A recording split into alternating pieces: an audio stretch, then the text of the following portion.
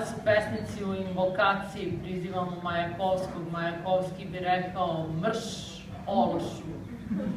Skupili ste se ovde da pravite lovu, kapitalisti. I kaže, upoznajte svog konobara, upoznajte svog ugostitelja, upoznajte onoga koji vas je usluživao jer on prima dnevnicu, samo da bi stajao od te dnevnice, ne može da živi.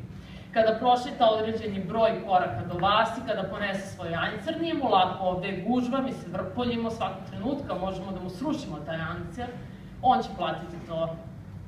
Ostavite svom konobaru bakšiš, ne pravite se blesavi.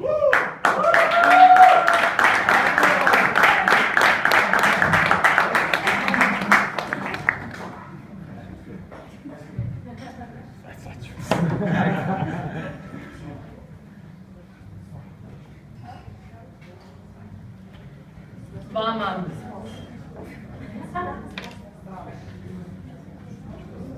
vi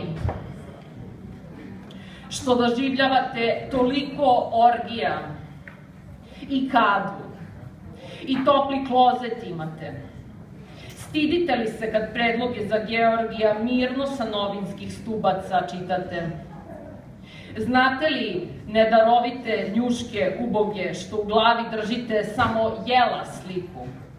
Možda je baš sad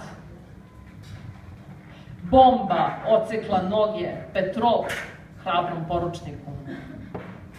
A kad bi on, odveden u klanja, video sad ranjen vaša lica umilna, kako sa njuškama umazanim od ždranja pohodno recitujete Sjeverjanina, vama, ženskarima i gurmanima, ne bih dao ni dobra, ni spasa.